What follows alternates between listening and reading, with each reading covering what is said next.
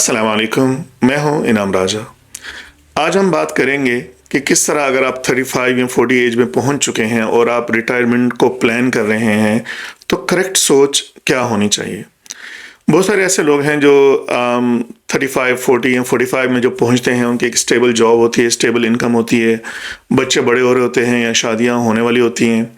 तो उनकी अक्सर सोच ये होती है, जो कि हमें मुआशरे ने हमें दी है, कि और 15 साल जॉब करके रिटायर हो जाना है, कुछ पैसे हाथ लगेंगे तो उससे मकान बन जाएगा और बच्चे जो हैं वो ख्याल रखेंगे।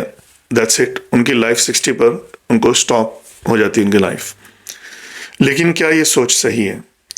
तो अगर देखा जाए तो इस सोच में आप डिपेंडेंट बन रहे हैं, यानी आप 60 के बाद आपके पास जॉब नहीं है, 65 के पास आपके पास जॉब नहीं है। सबसे पहली बात तो ये समझ लें कि जब आप रिटायर होते हैं और आपके पास जॉब नहीं होती या आपका कोई मकसद नहीं होता तो लोग क्या कहेंगे ये तो मसला नहीं है। सबसे पहले आपकी वक़्त अपनी ही नज़र में कम होना शुरू हो जाती है, क्योंकि फ़िलहाल आप जॉब कर रहे हैं, आप कुछ कंट्रीब्यूशन कर रहे हैं मुआशरे में, एक इदारे में। लेकिन जब आप रिटायर हो जाते हैं तो आप रोज़ाना उठते हैं, कोई मकसद नहीं होता ज़िंदगी का, आप किसी सूरत में कहीं कंट्रीब्यूट नहीं कर रहे होते।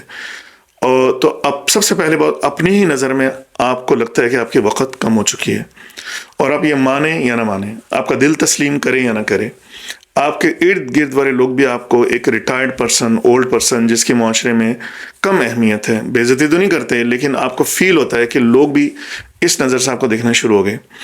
और तीसरी स्टेज पर अगर आपके बच्चे बहुत ताबेदार हैं तो बहुत अच्छी बात है, लेकिन अमूमन आपको बच्चों की आंखें, बच्चों की नज़रें भी ये कहना शुरू हो जाती हैं कि आप एक बिल्कुल फारिग इंसान हैं।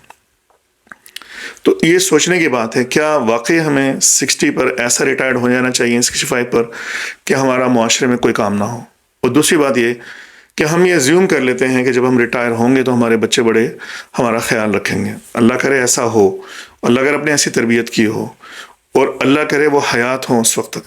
लेकिन बहुत सारी चीज़ें ऐसी हैं कि इस चीज़ का कोई प्रॉमिस नहीं है। हो सकता है आप उनका ख्याल रख रहे हो। बहुत सारे ऐसी फैमिलीज़ हैं जिसमें 1 या 2 बच्चे होते हैं, तो और वो बच्चे ऐसे बीमार हो जाते हैं, कोई ऐसा हादसा हो जाता है कि माँ बाप ही उनका ख्याल रख रहे होते हैं। तो इस चीज़ की कोई गारंटी नहीं है कि मेरे आपके बूढ़े होने पर बच्चे ही ख्याल रखेंगे। और ये एक अगेन डिपेंडेंट सोच है कि हम दूसरों पर डिपेंड होना चाह रहे हैं, मोहताज होना चाह रहे हैं।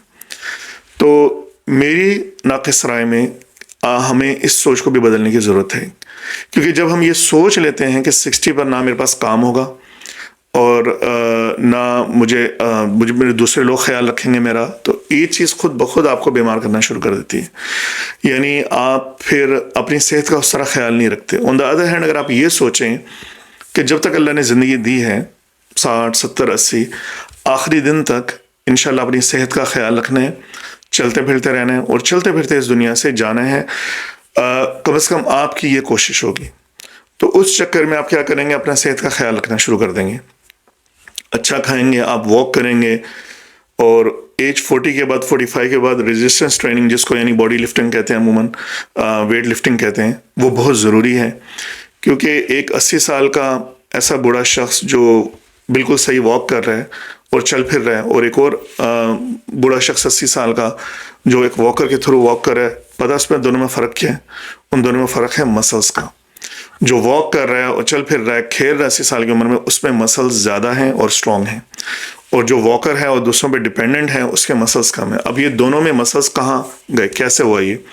तो अगर आप एज 40-50 के बाद ऐसी वर्जिश करना शुरू कर दें, वॉक से तो टांगों के मसल्स बनते हैं, लेकिन आपकी बैक के मसल्स जो आपको बिल्कुल स्ट्रेट रखते हैं, आपके बाजू के मसल्स, इन सब को मजबूत करने के लिए आपको थोड़ी बहुत वेट लिफ्टिंग करनी होगी। तो वो लोग जो एज 60 से पहले वेट लिफ्टिंग शुरू कर देते हैं, एज 80 तक अगर उनकी ज़िंदगी रहे, 80 85 90 में, तो वो आराम से वॉक कर सकते हैं 1-2 घंटे डेली, और वो दूसरों के मोहताज नहीं होते फिजिकली। यानी मसल्स का जो है वो बुढ़ापे में बहुत ज़्यादा किरदार है। अमूमन हम जवानी में इग्नोर कर देते हैं, लेकिन 45 50 60 के बाद भी अगर आपने मसल्स को इग्नोर किया तो बुढ़ापा जो है वो आपको जो है वॉकर और दूसरों के सहारों पे गुजरेगा। तो मसल्स स्ट्रेंथ की बहुत फिक्र करें, और इसके लिए डेली वॉक करें और कुछ ना कुछ वेट लिफ्टिंग करें, मसल्स اور کسی ٹرینر کو ہائر کر سکتے ہیں کچھ دن کے لیے اور وہ گائیڈ کر دے گا. تو سب سے اہم چیز ہے اگر آپ 45 پلس ہو چکے ہیں اپنے مسلز کو پرزرو کریں. ہر سال 5 یا 10% مسلز آپ کے کم ہو جاتے ہیں، اور جب مسلز کم ہوتے ہیں تو آپ کی بونز کچھ نہیں کر سکتی، کیونکہ بونز جو ہیں وہ ان کی حرکت مسلز کی وجہ سے ہے. تو اگر آپ ہیوی لفٹ کرتے ہیں اس کا مطلب ہے کہ آپ کے مسلز اسٹرانگ ہیں تو بونز آپ کا ساتھ دے رہی ہیں، اور یہ ہڈیاں تبھی تک ساتھ دیں گے جب تک مسلز آپ کے ساتھ ہیں. تو سب سے اہم چیز تو یہ ہے کہ 45 میں آپ صحت کا خیال رکھنا شروع کر دیں، اللہ سے بھی دعا مانگیں اور خود بھی انٹینشن کر لیں کہ ہم دوسروں پر کم سے کم ڈپینڈنٹ ہوں گے اور اپنے کام بھی خود کریں گے انشاءاللہ. اور جو ہے واک اراؤنڈ کرنا اور ہر چیز میں جو ہے اپنی صحت کا خیال رکھیں تاکہ دوسروں پہ ڈپینڈنٹ ہو. اور دوسرا یہ کہ اگر آپ کے بھی ریٹائرمنٹ میں 15 20 10 سال باقی ہیں تو کچھ ایسا پلان کر لیں ابھی سے کہ جب آپ ریٹائر ہوں تو سیکنڈ ڈے سے آپ دوبارہ کسی مقصد کے لیے صبح اٹھیں اور کچھ کریں، اور وہ ہو کنٹریبیوشن آپ کے معاشرے میں، آپ کے ادارے میں. اور روزانہ کی بنیاد پر آپ اٹھیں تو آپ کو پتہ ہو کہ آج مجھے یہ کرنا ہے. ایک ادارہ، کچھ لوگ میرا انتظار کر رہے ہیں اور میری وجہ سے وہ اس میں کافی کنٹریبیوشن ہے. اب یہ نئی جاب کرنے کی ضرورت نہیں ہے، یہ آپ کی ایک ہابی بھی ہو سکتی ہے. آپ لکھت پڑھت بھی کر سکتے ہیں، آپ لکھ سکتے ہیں بکس. اگر آپ نے بہت تجربہ حاصل کیا ہے تو آپ لیکچرر بن سکتے ہیں. جس طرح آپ دیکھ لیں ہمارے معاشرے میں بہت ساری ایسی مثال ہیں. ڈاکٹر جاوید صاحب جو ہیں، وہ جو سرجن ہیں اور موٹیویشنل اسپیکر ہیں، وہ اب ریٹائر ہو کے جو ہے وہ دنیا جہان میں بھی، خاص طور پہ پاکستان میں لیکچرز دے رہے ہیں. تو انہوں نے ایک نئی فیلڈ بنا لی اپنی، یعنی پوری زندگی انہوں نے وہ ڈاکٹر رہے، سرجن رہے، لیکن جب اب ریٹائر ہوئے تو انہوں نے ایک زندگی کا مقصد بنا لیا، اپنے تجربے جو ہیں وہ ینگ جنریشن کو دینا، لوگوں کو دینا اور اپنے تجربوں سے لوگوں کو گائیڈ کرنا. تو یہ ایک زندگی کا نیا مقصد بنا لیا. تو ریٹائرمنٹ پر آپ فل سٹاپ نہ لگائیں، اپنے آپ کو زندگی کا ایک نیا مقصد بنا لیں اور نیا ایک شوق، ایک ہابی ہو جو آپ کو روزانہ زندہ رکھے.